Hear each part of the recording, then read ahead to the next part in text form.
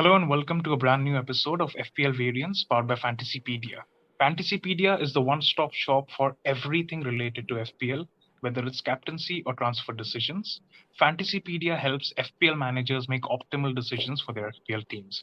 Make sure to follow Fantasypedia on Twitter for regular updates. And we are back. It's been a while and it's good to be back. I'm your host, Zeeshan, and I have with me Anshuman, my co host. How's it going for you? Yeah, finally back after 2 weeks. A bit of health issues, a bit of other issues as well. So we are back and good to be back with the green arrow. So had a big red arrow in between around game week 12 or 11, and it's good to be back with the green arrow. Lovely. Not so great for me. It's been red arrows for a while. Trying to figure out what's going wrong, but it just keeps going wrong, and I don't have Haaland to rely anymore for captaincy either. So yeah, we'll talk about that. We'll talk about It, Haaland in detail yeah, it's as well. probably Salah which is going wrong for you. It's been a It while might. you've been captaining Salah, It, Darwin, and I, Firmino now. I keep trusting Salah and he keeps letting me down. And what I get are so not green, red arrows in return. But let's start with an interesting topic, and it's not Haaland. Obviously, Haaland is someone we'll talk about. Newcastle, right? They've surprised people. They just keep going on and on. And if you don't have Newcastle players in your team already, like me, I've just got Pope, and I just thought, okay, it's just Newcastle, right? They can't but they're proving people wrong. So Anshuman, take us through the Newcastle assets. So most of us are now very filled with Newcastle players, or if not, at least are trying to get three Newcastle players. Defensively, they have been one of the best sides in the league, at least in the top four, and even in attack. So last time as well, for the people who watched our podcast in Game Week 12, they know that I actually was a very strong supporter of Almiron because of Newcastle's home attacking stats and in general their attacking stats, and which paid off well in the last three game weeks. Almiron has three game week attacking returns, and it's the same logic again. They've been attacking consistently, be it home, be it away, be it a top six side. They don't really care. The philosophy is very set with Newcastle at the moment. They look like a confident side, and even in defense, like Pope is getting points. Trippier, you can't stop that guy, dude. He gets assists out of nowhere. He's always on bonus points, and it's probably still even if you think there's probably two game weeks left, you don't want to have Newcastle assets. They have Chelsea in game week 16. I don't really think Chelsea is a big test for them.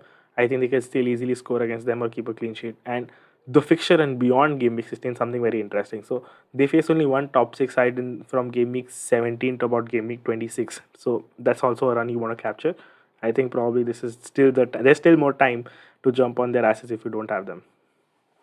Yeah, I think Almiron is an interesting one. Reminds me of Aaron Ramsey from back in the day, where it's a cheap midfielder, and you think that okay, he finally stops scoring, but he just keeps going on and on and on. And a lot of Grealish jokes on social media about how.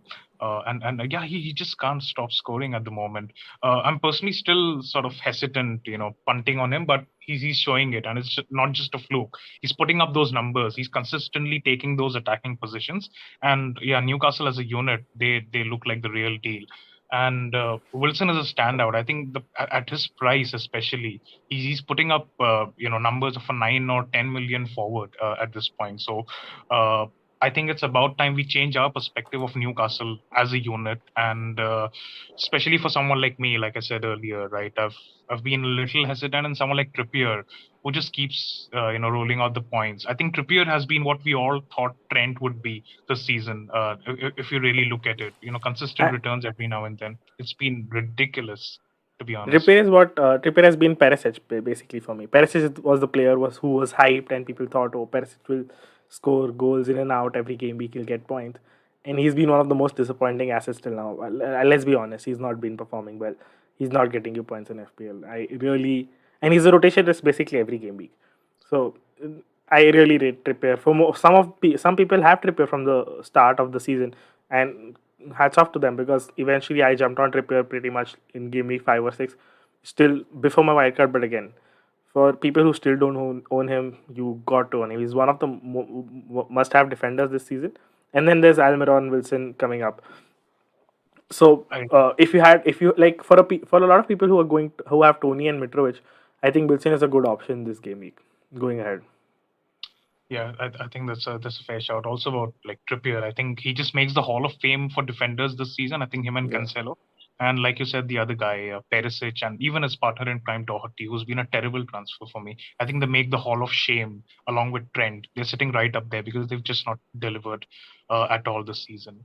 But yeah, Wilson is definitely an interesting challenge. And Newcastle as a team, obviously, you spoke about how long term they have good fixtures, but let's look at at it from a short term perspective. If you're just talking about purely the next 2 weeks, game week 15 and 16. So we'll have a look at the FDR and which are the teams that stand out to you, Anshuman.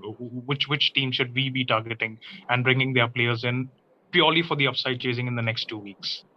So before we move on to the FTR, again just an highlight: the Newcastle play Southampton away, Chelsea at home. So again, at the home fixture against Chelsea, I don't think it's a problem. Koulibaly is injured, Chilwell is injured now, James is not available, and at home they're one of the top three teams in terms of attacking numbers and even scoring goals. Not just putting up the numbers, just scoring goals. So I don't think if you're having a player, probably Almiron Wilson hold till then. Now the problem with Southampton is Southampton haven't conceded a lot of goals, so they're conceding chances, which is there. They've not good on numbers, but they've not conceded goals at home, which could be a slight dilemma for people. So what do you think? If you were in a position, or if someone is looking for Wilson as a replacement to Tony or Mitrovic, would you recommend them going there? I think so. I think it's a fair shout, and like you said, Southampton are. I mean, it's a bit of a mystery. Sometimes they look really bad. Some games they look okay, but still end up conceding. I think we've spoken about this in the past, where Southampton, as a side, they almost always end up finding a way to concede goals somehow. So I think that bodes well for a team like Newcastle who like to be on the front foot. And uh, like I said, Almiron, I'm not that sure about, but I think I'll be very confident about Wilson. He looks fit. He's firing because that's always the doubt with Wilson, right? He may get injured. So right now he looks in pretty good shape. The underlying numbers are definitely there. The way they set up, we saw it in the last game as well. Everything goes. He's involved in it. He's involved in the action all the time. So I think he's a good punt, has the penalties as well. And like you said, the obvious move, if you own someone like a Mitrovic right now, I think it's a great move. Just shift him to someone like Callum Wilson for the next two. And I think he'll get points. I think he'll definitely get the goals in the next two for sure. Yeah, and he's been averaging 1.4 big chances per game. And also to add, we at Fantasypedia do something, the famous chances conceded post. And if you look at that, you'll realize that Southampton conceded 44 chances through the center and 49 through their right side.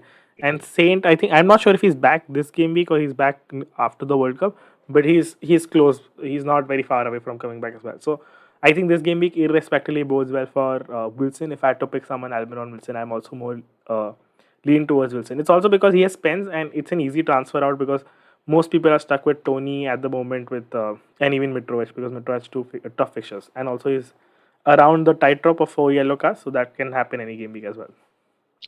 Yep, yep. I think Wilson is definitely the standout. Obviously, I think most people already have Trippier. If you still don't have him, and you want to make a defensive transfer, I think it's as obvious as it gets. Just get Trippier in, Yeah. and yeah, Wilson is a standout guy for sure. Yeah, and don't worry about the Chelsea game. I mean, you could see Manchester United probably with Dallo as a good alternative, but irrespectively, I think that Trippier, the player, the points he's getting, even if he doesn't keep a clean sheet against Chelsea, I think throughout the season he's a way better transfer at the moment, and you should target him.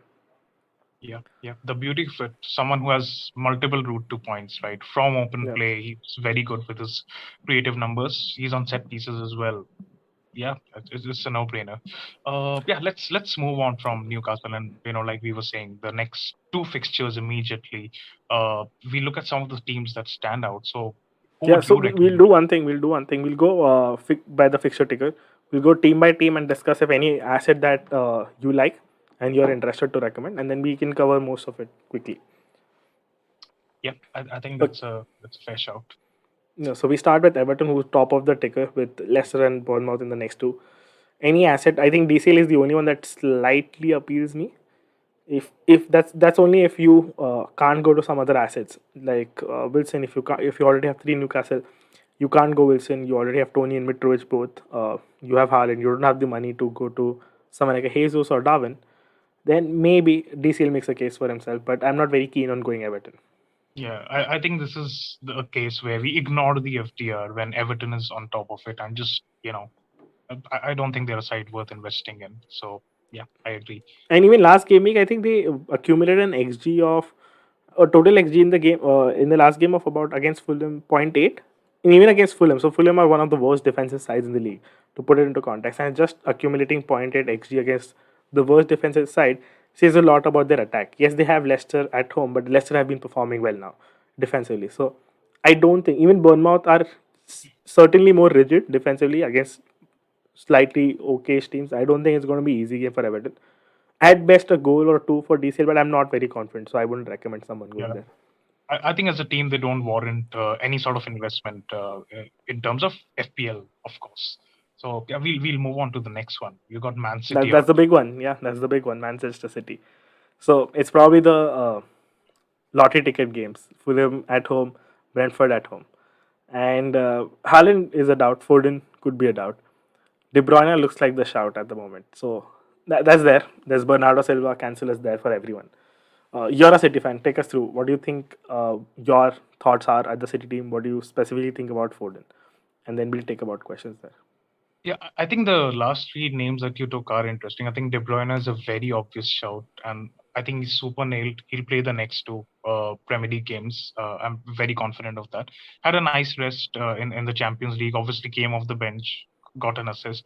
So I think he's firmly in the conversation. Haaland, obviously, a lot of uncertainty, and we'll talk about Haaland in detail later. I think Foden right now he's in that position. If you're an FPL manager, where it's a classic don't buy, don't sell territory, right? If you already have him, I think it makes sense to keep him because even if Pep sort of benches him and he gets a cameo, he could get something out of because these two fixtures are really good. It's just unfortunate that now his minutes seem like a bit of a risk, but yeah, if you already have him, it does not make sense, selling him. Similarly, if you don't have him, I don't think he warrants a a purchase right now because in the last 2 3 games he's not featured very prominently. The way Pep has spoke about the detail, the rotation in the press conferences, I think I'll be a little pessimistic about Foden's chances in the upcoming game. So yeah, I don't think he warrants an investment right now as well. I think Cancelo and KDB would be my standout picks. Apart from that, I think the third one is a lottery, like you said. Take your But who guess. would you go for the third one? Because that's primarily the question. Every one of us have three City assets or are looking to get three City assets ultimately. So Honestly, if you have that third spot and if you have some spare cash in the bank, I'll just go Edison. Just hope you get something out of the next two. Keep a clean because the thing with Edison is that he is nailed, and I know that he was benched in the Champions League game the other day, but I don't think that makes much of a difference. yeah, He'll play all the 38 Premier League games that he's available for. It's purely down to the rotation factor. Another interesting thing is the penalties discussion, and with Haaland being out, yeah. I'm sure that Mahrez will not take another penalty. So I think De Bruyne or Gundogan, these two might be in contention. So that makes I think Gundo an interesting shout because his price is very cheap. But again, the problem with Gundo is that I don't think he'll start the next two. He starts only once, one of the next two games, and he'll get limited minutes in the other one off the bench. So you're looking at something like 100 to 110 minutes in the next two. Are you comfortable with that? Is that punt territory for you? If yes, then I think he's worth a shout. Uh, but yeah, I think I would just either limit myself to a Cancelo and KDB or just take a punt on Gundo. But the safer option, if you have some extra cash, just make a keeper transfer. I'll get Edison. Why not? Okay, so I think we have different opinions here because I think if you can go for three City assets, you probably should. These are the two fixtures where I think they can score about 10 goals very easily. I do, especially Fulham. I think it's a very easy fixture for them. Now, what I think about Haaland is, we don't have news about Haaland at the moment, and even Foden. So whatever we get according to news, then we take action. If Haaland is out, I think it's a fair decision if you remove him. It depending on how long he's out. If he's back midweek or for the next game, I think then it's a decent hold. You can play Andreas. I'm not very pro on the keeper transfer because I think Fulham can attack, and an odd goal would ruin it. I think if there is a lottery ticket you have to buy, it's probably in the midfield or the attack. Even Alvarez is a decent lottery ticket. My problem with De Bruyne at the moment is I think he's the best captaincy shout in game week 15. But the problem and my thought process behind not going De Bruyne is basically uh, I see him starting Fulham, I see him starting Chelsea. They play Carabao Cup midweek, and I Yeah. don't see him starting 16 because I think he probably will get minutes reduced or rested because he has to go for the World Cup. Now, every player who is in the World Cup will eventually in game week 16 is going to be it's going to be for popular players, especially for the big ones, especially with so many injuries happening right now. It is a concern to me. So if you are not very worried, if you're not captaining him, and then it's totally fine. I think then it's fine. But otherwise, that's in the back of my head. It's playing that it's stopping me from going to Bruyne at the moment, at least. Regardlessly, I still think De Bruyne is one of the best transfers this game week. He's one of the best captaincy shout this game week. Yeah, I think that's an interesting point, but the way I see it, it's the last game, Premier League game for Guardiola, and he'll want De Bruyne as City's best player. Let's face it, and especially with Haaland, obviously we don't know what is the situation because Pep has been like very secretive about the whole Haaland situation. He's not giving clear answers. So assuming that he's out for game week 16 as well, I think Pep will sort of look at De Bruyne as the main Yeah. source. Either he plays him in that more attacking role, or in a creative role, which essentially makes him even more important because I don't think any other City midfielder can offer the sort of creativity that De Bruyne does. So I think, yeah, maybe he But, does not play City have in. the depth. That's the problem. City have the depth, and it's probably going to be the Chelsea fixture where they want to deploy the full strength team, and then they can rotate in the Brentford game at home. That's my problem because if they play a full strength team against Fulham and again against Chelsea, I don't see a reason why De Bruyne himself would want to get fatigued and risk in the Brentford game, playing 3 games in 1 week. And even Pep Guardiola, I don't see a reason, especially in an easy game, why De Bruyne should be rested. Uh, that's quite because we see this during Christmas, right? Yeah, and Boxing Day. it's the World Cup. Ultimately, even if De Bruyne, if he's asked, if De Bruyne is asked, do you want to start? He would probably play me 20, 30 minutes, and that's fine because I don't want to play 90 minutes, get exhausted, and take a chance because that's the primary cause of injuries is more game time and short recovery period. I am not very confident, to be honest and fair. I think that's, yeah, definitely an interesting viewpoint. But like I said, that uh, I mean, I if think you're he'll look at maverick it. enough, you should go probably captain De Bruyne this game week. But again, beware of the situation against Brentford, or probably just monitor his minutes against Chelsea. Yeah, yeah. I think that's a sort of a fair shout as well. But yeah, I think we're discussing De Bruyne at length purely because the lack of the premium suddenly because Salah is not firing and Haaland is probably out. So we're just Yeah. really out of options right now, and we're all looking at De Bruyne as someone who could potentially save us. You And mentioned also, when we record this podcast on Thursday, Haaland still hasn't trained. So there's no news of Haaland training till now. So the press conference of tomorrow on Friday, I really think he doesn't make it to the 11 if he's not trained till now. Best case scenario to the bench. And if he's on the bench, let's answer the popular questions. So there are 3, 4 scenarios which we probably answer, and most of us in the community want to know. If Haaland is fit enough for the bench, do you sell him? Yeah, I mean, uh, the way I, so first of all, like I said, right, Pep is not giving clear answers, which to me, it sounds like he's pessimistic about the situation and he does not want to give it out. So yeah, if there is again, Pep is not clear with his answers in his press conferences again, I think he's an easy sell, to be honest, because there's a lot of money on your bench. A very important point why he's a sell is because we're just 2 weeks away from game week 16, and then we obviously get a new wild card and we can set it up all over again. So I think there's enough upside because you're looking at last week where he did not feature. You're potentially looking at another week where he might not play or his minutes may be reduced. That's my feeling. Even if he's available, I don't think he starts the next game. So I think Haaland is firmly in the sell territory right now. It's not looking great in terms of his minutes, in terms of his fitness, and there are good options out there. Like we've discussed Wilson, for example. Great punt. Someone like Jesus is doing obviously that 4 yellow card factor is there, but you're just so many strikers doing well. I don't think that sort of money, there's enough justification to just bench him for another week and another. But if he's available for the bench, don't you see him start getting minutes? And you know Haaland, if he gets about 20 minutes against Fulham and about 90 against Brentford, he can score 3, 4 easy goals. And I don't see if he's fit. If there is like let's be just assuming that we're getting leaked news again, probably. And let's say Pep just says that he's fit and fine, but he's not maybe fully fit to start the game. So if you think he makes it to the bench, I don't think he's a sell. You say value obviously starts Brentford and he gets minutes against Fulham. I think I'm happy with 20 minutes against Fulham. if he's totally out, if he's definitely out, it's a sell. I don't think there's any point holding him for one game week. Or if he's out for 2 game weeks, that's an obvious sell then again. What if Uh, Foden is out? What if we have news that Foden doesn't start again? Yeah, I think we're again, we're just fortunate enough that City is the first game, so we're sort of relying on that team Yeah. news. So I think that will dictate a lot of transfers as well.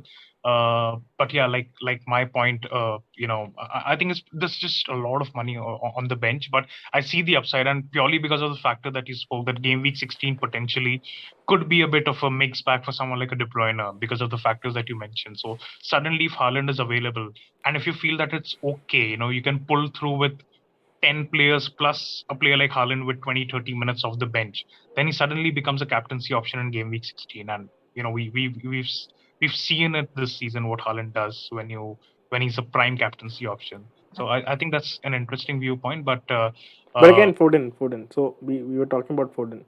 Do you think yeah, if let's say we're assuming obviously we get news and of let's say if we don't get news, that's a different scenario. Then you can't do anything, and it's purely down to the fact that do you think any midfielders outscores Foden in the next 2 games, which is probably no. But in case if we get news, I'm very pro of selling him off. If yeah. again he's benched this game week, I don't want to hold him. I think there are better players you can go for who can match his score, especially in the next 2 games. I think so. I think also there's something going on behind the scenes because Foden had started every single Premier League game till the point he got benched, Till the twice in point a row. we got him in our teams. As simple as that.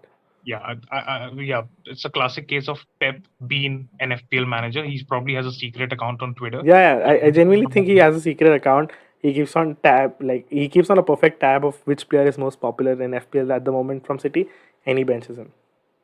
Yeah, no, we just cannot explain what Pep does and how he does things and why he does things. But that is a reality right now. Out of nowhere, when everyone thought that, yeah, Foden is guaranteed X minutes, safe option. This is what happens. My biggest worry is the fact that he's not giving clear answers in press Yeah, conferences this year. Because last year when he was asked, these kind of questions, he was very vocal about the fact that, and this player is playing well, so I want to reward him with minutes. Now, if you look at his press conferences, if you look at his body language, he's very blunt about these things. He is like, he's doing it because he wants to, and he wants to play a particular player. And it becomes so hard, especially with a manager like Pep, who's known for being notorious when it comes to rotation. Yeah, I think Foden is definitely. Let's hope we get yeah. some sort of team news, and Foden owners can then make a decision. Of course. Okay, so we've discussed at length, City at length. I think with the top 3 picks we have is Cancelo, De Bruyne, if you can get them. The third one is probably a lottery ticket. Z feels you should go for Ederson. I am pretty much more confident going maybe, if not Bernardo and if not Alvarez, probably Bernardo or Gundogan. I still think Bernardo starts the other two, so maybe going there is decent. Yeah. In terms of Foden replacements, we'll just address that because that's a big question as well here itself. Midfielder replacements if Foden is out, or in general, if anyone wants to go for midfielders. Wow. I mean, that's the thing, right? So again, we keep going back to the scenario where we could potentially get some sort of news out there. So if you're looking at the Let's just two, assume we have or someone wants to sell Foden. So we just look at Foden, Zaha. So these players are in the sell category at the moment in midfield. Obviously, Zaha. I'm a pro Zaha seller. I've been asking people to sell him for the last 2 weeks, and people have not been listening. Anyways, again, this week again, I don't expect a lot from Zaha. So if you think you want to sell him, who do you think are alternatives to why? So there are 3 popular names. Obviously, there's Trossard, Rashford, and Bowen. There's Saka who's fit. If you can go Saka, go Saka. He has a decent game this week. I think they perform really well against Chelsea, and Wolves they have good. So I think Saka is top of the list for me. The other 3 are in contention. yeah, I think these names are like good, and we've seen Brighton, but they've been a bit inconsistent. Sometimes they really go, and obviously they turned up against Chelsea, but before that they were a bit hot and cold. So that is my worry with Brighton, and obviously Trossard is a unit. Same thing with West Ham as well. I know Bowen has been discussed as an option, and Skamaka is another one. Obviously he's a forward, but you're just talking about West Ham as a unit. So I don't trust them enough. If I'm looking for a Foden replacement potentially, I think I will not look beyond Manchester purely down to the fixtures in the next two. So you gave a very interesting shout, that is Bernardo Silva, and I think he's pretty much nailed on to start the next two. That's a good point. He's prime for starts, and if you look at his numbers this year, he's the kind of player who keeps ticking along well. So don't expect too much. It could be a sort of transfer where you bring Bernardo Silva in and he'll get like 2 or 3 points in the 2 games, or he could suddenly be the guy who gets like a 9 or 10 pointer. So I think he's a safe transfer. If you fancy a bit more of upside chasing, there's another Manchester team. Probably I would look at Rashford because United are looking better with every passing game. Uh, Rashford has been a talking point for a while. Uh, what's been happening recently is Ronaldo is starting up front and Rashford is playing off the left. I think that suits him better than being the Yeah. focal point, being the striker, because he benefits from the space that Ronaldo sort of there are 2 3 defenders trying to mark Ronaldo, and he just has a lot of space to run in. So I think my two picks obviously would be one Bernardo, and I think really like Rashford as a punt for the next 2 weeks. So if I had to put three players there, my three players would one be Bowen. Now, why Bowen? Because Crystal are very weak defensively. Let's be very honest; they're very shit defensively, and they concede a lot of tons of chances. Even Southampton had a lot of chances against them. They could have scored. Paqueta is back for West Ham, which improves their attack way more than the recent 2 3 games, and I think that's a huge thing. All of them have been rested in the Europe game, so that's another reason to go for Bowen, in my opinion. And the last 2 games are at home. Leicester also. Leicester are defensively decent, but again, at home, West Ham are a different team. They play much more better. So I probably would put my money on Bowen. We discussed Manchester City, so I think that's covered. The other two names were Brighton and Rashford. So I prefer Rashford second. But my only worry is their game against Sociedad tonight. They'll have to play a decent game tonight because they want to win and top the table. That's a factor that's playing. And Villa is very defensively weak, but I don't know how Emery will set up in their first home game. That's a slight concern. Apart from that, I think Rashford is still a very good pick. In the next 2 games, even against Fulham, I think he still manages to score about 2 goals in the next 2 games, so that's a shout. I am why I'm not pro on Trossard is because he performs decent in the big games because he gets a lot of space. Wolves specifically, and even Villa, I don't think they'll give them a lot of space. Obviously, they can do that, the very interesting passing that they do Brighton at the moment. But I'm not sure that Wolves will allow them that much space to counter attack and to play that ball, which helps Trossard to score a lot. So that is why he's third on the list. And then there's Almiron fourth if you still want to consider someone apart from these three. Yeah, Anshuman really loves Almiron. It's very I obvious, but mean, we caught him at the brink of his breakout. So, I mean, let's be honest, he has scored in 3 game weeks, and I recommended one of my friends to go there and didn't go myself. So I have a lot of pain and happiness both in there. Indeed. And yeah, if you watch our pod regularly and if you listen to Anshuman's advice, I think it must have really benefited you because yeah, he just can't stop scoring at the moment. Another guy who can't stop scoring, but he's now out injured, and he's from a team that we've discussed at length a number of times, Man City. And we're talking about Erling Haaland. Now, we have something that, in the scenario where we discuss that if Erling Haaland is out, if he's not featuring in the next two, or if we get the news that he's not starting, and if you're looking to sell him, there are a bunch of options that you could probably move him on to. And this again depends on the scenario where if you are okay with selling him for 1 week, if you don't have any other fires to put out, and you can potentially bring him back for that game week 16 fixture, or you want to sell him for good. So yeah, we think these 4 options that you see on the screen right now are decent options. We've got Harry Kane, we've got Darwin Nunez, my good friend, who just cannot convert his underlying numbers to goals. We've got Gabriel Jesus, who's done really well, and we've got Callum Wilson, someone we've spoke about at length. So Anshuman, in a scenario where we were to sell Haaland, and I'm sure there are FPL managers because I have seen a lot of FPL managers. Some seasoned managers also talk about the possibility of selling Haaland. Who would be your pick out of these 4 as a replacement? I think I still go Nunes or Wilson. Kane, my only problem, and the reason I'm going cheaper and not Kane is because in case you want Haaland back for game week 16 if he's fit, you have enough money to upgrade one of your third forwards. I'm assuming it's probably Mitrovic or Tony, and you can easily upgrade them, or even just Wilson or Nunes. I think Kane will become into that bracket because he has an easy game against Leeds, and now he's the focal point. And also now Son is out. Son is out for a while, so that does damp Kane's attacking returns as well, in my opinion. He'll be the central uh, focal point of the attack. But again, Son plays a huge important role for the Spurs attack. For me, it's Nunes and Wilson. So if you whichever side you want to pick, Uh, I'm more pro Nunes because he's hogging more chances basically. He's poor finishing, but he's hogging more chances. And if you still want to stick to Wilson as a long term pick, Wilson is there. Yeah, I think I like Nunez as well. Obviously, it's not really happening for him. He's not getting, but it's just a matter. I keep saying this, and I really believe that he will explode in one of these games, and hopefully, it's the next game or the game after. The chances that he gets is ridiculous. I think the only forward we can compare to him in terms of the chances that he gets is Haaland, who's obviously out. Yeah, So just replacing one volume striker with another, obviously who's not as good as a finisher, but the theme of our pod, right, variance, it might fall into his favor in the next two, and yeah, I think it could pay off. I think I do like Kane as a shout as well because I replaced Haaland with Kane last week when I got the news that Haaland is definitely not featuring, and I think the Liverpool game is a good game for him because we've seen Liverpool have struggled this season. They're not a good defensive side at all. Son's absence will obviously be a factor, but I think the other side of the coin with Son's absence is that now it will all be to you just mentioned it. Kane is suddenly the central point of the attack. And even if they're playing hoofball where they're just, putting in the balls inside the box for Harry Kane, I think he's a good target man. So he could get something out of it.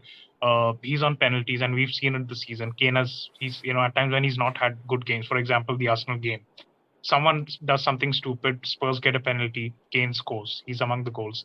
And he's actually having a crazy season because if you look at his numbers, 10 goals and 2 assists, he gets good amount of bonus points as well.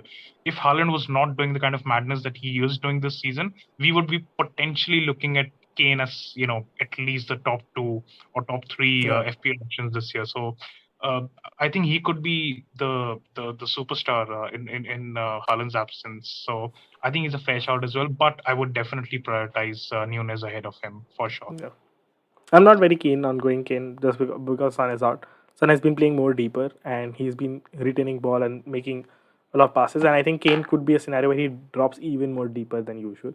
Yes, there's obviously penalties, but again, Wilson also has penalty. Jesus also has potentially penalties with Saka. Actually, Saka is back, so he won't have. Wilson has penalties. So yeah, that's there. I think we've discussed pretty much a lot of Haaland, and we'll just cover up on the other fixtures. Fixture ticker we left that a bit. Bournemouth, I don't think there's anyone. Solanke, if you have him hold, I don't think it's a buy. Yep. Never, I think again, Bournemouth Yeah, I was was never pro Solanke at all. He got two jammy goals out of point 0.2, point 0.3 xg. Well, never a fan.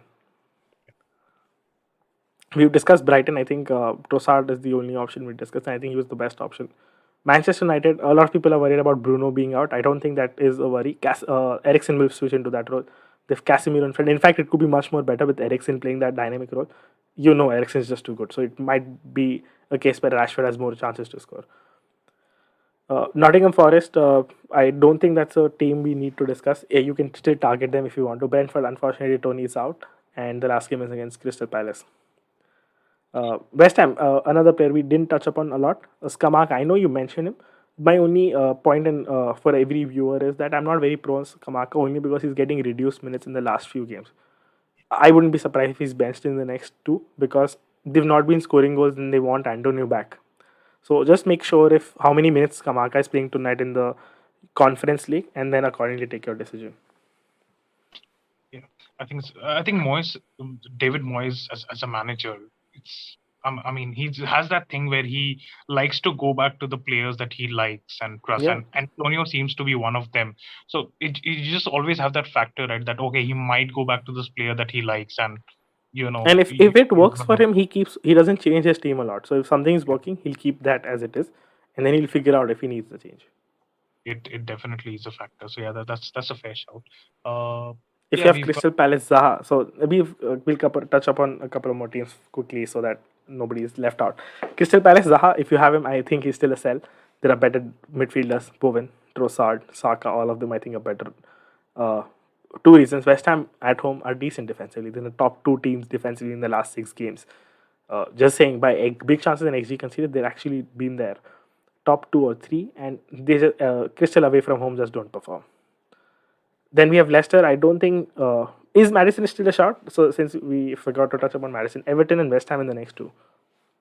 Yeah, I mean, it's a lot of talk about how even when he was doing well, he was sort of overperforming. But I don't think that's really a factor with Madison because he's been doing this, all these years. Low XG shots. He loves a free kick, loves a punt outside the box. So again, I would sort of put him in that don't buy, don't sell territory. If you somehow still have Madison, I think he's a decent hold because the next two fixtures are fine. If you don't have him, no, I wouldn't buy him. I would probably look at someone like Rashford and the other options that we've discussed before. I consider Madison. And okay, I agree. I don't think there's anything to add. Not pro to buying him, and if you have him, hold him. That's probably it. Villa, they're a new team, new system, new manager. I think hold, wait, and watch. I don't think you want to jump on them. Hopefully, they improve slightly defensively. In my case, hopefully they don't because I have Rashford in my team. Then next up we have Leeds. Sinister is still out for a long while. Actually, his foot injury is not as expected. Is not as short term as expected. He's out for long term. And they have Bournemouth and Tottenham. I'm not very pro on Leeds at the moment. They look like a team who have the X factor. They have good attacking prowess, but they just can't convert those chances. Yeah, and it's another problem that we've discussed earlier as well. Obviously, in the past episodes, not this one, that we don't know who is the nailed on number nine, right? Is it Bamford? Is it Rodrigo? Like, if today I knew that okay, a Rodrigo will definitely start the next two and play more than 60, 70 minutes, Yeah. I'll get him in. And it's the same thing with Bamford, but we don't know that. And they look very attacking. They have decent numbers, but they're sharing the goals right now, so you don't really know where the goods are coming from, which is obviously a negative factor when it comes to FPL. We've discussed Newcastle apart a lot of Arsenal. We've not touched upon Arsenal a lot, but I think it's pretty obvious. If you have Saka, White, you've Jesus Martinelli, hold them. There's nothing to worry. Saka is fit. He's back in training, so that's something not to worry about. Wolves, Chelsea, Spurs, Brentford, Southampton, Fulham are all no go. The only team that I see a bit down in the table, which is probably something to discuss upon, is Liverpool. Z, why don't you tell us about your Liverpool experience? Yeah, it's been terrible. It's been horrific. When I got at the turn of fixtures, right? I tried to be. I thought I'm making a genius move. I was like, why not? Let me go not just one, two, three. I got three Liverpool attackers in my team. I got Mo Salah, Darwin Nunez, and Firmino, and it's been an absolute disaster because I'm watching guys like Wilson and the others kill it, and I was like, yeah, they have great fixtures. They're Liverpool, one of the best attacking sides in the world. It's scoring all the goals in the Champions League. I'm getting nothing out of it.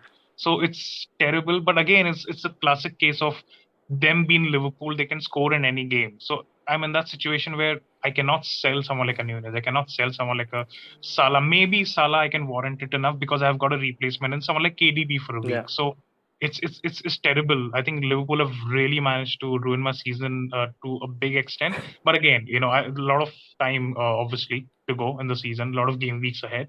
Uh, and they're down in the fixture ticker for a Yeah. reason. They're not as good as they used to be. One player that I would like to call out while you were talking about Arsenal is Ben White. And I remember we spoke about Ben White at length in one of our past pods. And, I mentioned the fact that Ben White was making a lot of those overlapping runs and whipping in those low Like Kyle crosses. Walker, yeah. Like Kyle Walker at City. Exactly, and that is how he got an assist the other day. And Arsenal are really strong when it comes to defensive numbers. Looking at the top three sides, maybe defensively in the league, you're looking at a City, Newcastle, Arsenal. So they're right up there. And Ben White is still very cheap. So if you don't He's have still him, 4.6 or 4.7. He's not very expensive. yes, yes. So I think that is great. And yeah, I just love Ben White. Even though I don't have him, it Yeah, feels same. good I, that I want him, people, but I just didn't get him because of the fixtures. it does. Yeah. Yeah, and also upon Salah, I don't think he's a sell, only purely because they play Southampton next week, and he'll definitely play 90 because he doesn't play the World Cup. That's something. So that's something to keep at the back of your mind, especially players who are not going for the World Cup. They will play 90 minutes next game week. And for people who are looking at defenders this game week, I think two teams stand out for me. Brighton and Manchester United. These two in the next two fixtures, I think, are clean sheet potential teams. Obviously, City is there, Newcastle is there. Apart from that, I think Dunk, Dallo, both of them. Don't worry about the 5 yellow card system. Don't let it come into your thought process. If it comes, we'll figure it out. You probably bench him or play with 10. But I think go ahead with the defender who has the highest potential for clean sheet. And he's getting very good bonus points in the recent games. I think Dallo has been very. I was surprised. I read that in the last 5 games, he's got something like 40 points, which is ridiculous for Yeah. his price. And everyone was, put off by the 4 yellow cards factor. And United have tricky fixes. I was one of them. I thought that, United might not be able to keep clean sheets in those games, but he's delivering. He's getting the bonus points. United look much better as a unit, and he gets the odd attacking return here and there as well. Very, very attacking every time I watched him play. That's a very good shout. I love the Dallo shout. And I just want to mention we don't. I'm very interested of what Paul O'Keefe predicts in terms of who will start up top for Spurs. I'm hoping it could be Perisic. I wouldn't be surprised if it's Perisic and Kane. Looks like it would be Moura and Kane. But if it is Perisic and Kane, or maybe Perisic in the front three, it could be Yeah. good thing to have. I think it could be a 3-4-3. There's a very good shout, There's a very and good chance that Perisic starts in the front three this game. yeah, yeah. And if you somehow still have Perisic, I think there could be goals. Good luck to you guys. Yeah, who have Perisic in their team. I have it worse. I've got Doherty. I thought, okay, it's Doherty's season again. He's gonna kill it. He's not even started I games. had Sesseong, so I had a blast last game week. He scored a goal. It all paid off. Everything. No clean sheet, but I'm happy. He The scored the wing goal. back, That's why you get the wing backs. Yeah. yeah, something done, good done by a defender who is firmly a part of the Hall of Shame of the Spurs wing backs. But yeah, I think that pretty much covers the Yep. FDR, the fixture difficulty rating. We've covered each and every team at length. A lot of focus on obviously the likes of City and Newcastle for obvious reasons because they're the hot property. Last but not the least, we're Captaincy. looking captaincy, right? We've got 3 names out here. We think these are the obvious sort of names. Wilson, because obviously we spoke about all the factors, all the good things about Newcastle, and the other two are the City boys. Who would be your pick out of these three, Anshuman, for captaincy? Hands down, Kevin De Bruyne. If you can own him, hands down. If you have news that Foden is starting, so something I noticed in the UCL game, he was pretty much hugging the wide line. Yes, the numbers are there, but again, that's a slight red flag for me. So I wouldn't captain Foden. Uh, Wilson is an option. I have Wilson in my team, so I'm looking at Wilson. The other player I'm looking at is Trippier or Cancelo, either of them as a defender captaincy this game. Both look like a clean sheet fixture. Fulham slightly lesser. I think Southampton is a more easier clean sheet fixture for Newcastle. Fulham are more attacking. They like to attack. They try to open up the game more. So yeah, so it's either De Bruyne if I get him. Foden if I know for sure. I would be tempted to captain him. I wouldn't say no. Yes, I would be tempted. Haaland if he's there, obviously he's a hands down captaincy. So don't worry if you have Haaland, go there. And if he's starting, obviously. But otherwise, I'm looking at Trippier at the moment. Yeah, I think Trippier is very interesting because a few weeks back, someone recommended Trippier as a captaincy shout for one of the games, and I just had a laugh, honestly. Not anymore. I think he's proven himself. In Newcastle as a unit have been really different. So I think he is an interesting shout, and I think I'm in the same camp. I like De Bruyne the best. I think he's a standout pick. He's a very obvious pick, and Yeah. we discussed how he could potentially be on penalties. I expect either him or Gundogan to be on penalties. Oh, okay, it just struck me because we've seen De Bruyne take penalties in the past, and he's said it a number of times that he does not like to take penalties. And I'm just wondering Yeah. if De Bruyne doesn't fancy them, and let's say Gundogan he doesn't start, he's not on the pitch. Do we think Edison could take a penalty? No, I don't think that happens. I think there's Bernardo Silva who's next in line. Probably even Foden, Alvarez who's a proper striker could be on pens as well. I think Cancelo who's wearing the number 70 jersey at the moment could be on pens. I don't Actually, think Edison makes it to that. I think And Cancelo could be more likely because I don't think Bernardo Silva would really fancy it. I Every think it's time, probably Gundogan if he's on the pitch or one of the. Grealish also took pens right in at Aston Villa yeah, for certain amount of time. he again Grealish is a player who does not like to take penalties because Oh, he's taken penalties in the past, but I've seen him take the ball and give it to Anwar El Ghazi in the past. If people remember the legend yeah, and yeah. from He was Aston on Villa. pens. Yeah, I remember now. So yeah, that's I think somehow City being this great attacking unit, they have players who are not very comfortable taking penalties. Gundogan is definitely. I think the fact that you mentioned Cancelo, I think it could be a real chance if Gundo is not on the pitch. Maybe. I thought of Edison because Guardiola in the past has said it multiple times that he is the outright best penalty taker in the team. Maybe he was joking, but I remember there was a game Yeah. last season where City won a penalty, and Edison was almost at the halfway line, but Bernardo Silva sort of sent him back. And then Rodri took a rubbish penalty that was almost saved by Lloris. But yeah, I think Cancelo could be the guy who confidently steps up and takes one. So if you're considering Cancelo as a standout captaincy shout, wow, you definitely could get lucky. But yeah, KDB I think is a standout out of the three that we are looking at right now. Yeah, I think KDB. No, I'm more. My first top three would be Kevin De Bruyne, Trippier, and the third would be. I'm not sure. Maybe an attacker punt, but I'm not very confident on any of the others. It's probably a tricky game week if you go back to the fixture ticker. No game really stands out for captaincy. Manchester United Villa could be a tough one. Uh, you look at other games which are open. Probably Newcastle Southampton looks like an open game. Brentford Tony isn't available. So yeah, I think those are the only 2-3 fixtures which look like a captaincy shout. Top two being Newcastle and Bowen could be a shout. So I'm not ruling out Bowen as a captain option if I have him. Yeah, I I'd think be it's just certainly kind tempted. of a week. Yeah, that kind of a week where you're just looking at everyone almost because yeah, there are no standouts at all. Yeah, my top three would be Kevin De Bruyne, Trippier, and then probably Trippier slash Wilson if you like an attacker with penalties. I like Trippier more because he's more. I feel that he'll get the clean sheet, he'll get a couple of bonuses, and that's all you need. And the third, I think, would be Bowen for me. I think I would probably go for someone like a De Bruyne and then Cancelo because suddenly you bring up that penalty discussion and now I'm suddenly looking at him as someone who could get 15, 18 points. So second Cancelo. Third one, I think I like Wilson, but if you're looking to be a little different, I think there could be goals in that Spurs game versus Liverpool. I've heard a lot of conversations about how it could be a 0-0. I just don't see it. I don't think Liverpool so. are There's no terrible. Romero. Spurs are Yeah. defending with 7-8 players and still conceding 2 goals to Bournemouth. I think Liverpool will go for. They'll be more attacking this game week, and I think there will be goals in the game. Yeah. So I think a Liverpool attacker could be a shout, not Firmino, but you're looking at a Nunes or Salah. I I think wouldn't recommend could you be. going there and burning your I hand have again. been, yeah. I'm genuinely I'm saying gonna you stay shouldn't do away. that this week. I'm gonna stay away from Liverpool players from captaincy. Just gonna own them. But if you're listening to this and if you fancy a punt, and I'll be keeping my hands off them, so you're good. Maybe they'll haul if you captain them this week. Okay, on that note, we'll quickly dive into our teams. Uh, First up, my team, I have Pope, Trippier, Cancelo, Session, who's my star player last week, who got me a goal. Rashford, Martinelli, Salah, Foden, Jesus, Haaland, and Wilson. I made the early transfer from Mitrovic to Wilson before his 2 price rises, so I captured and Mitrovic dropped, so I captured point 2 value there.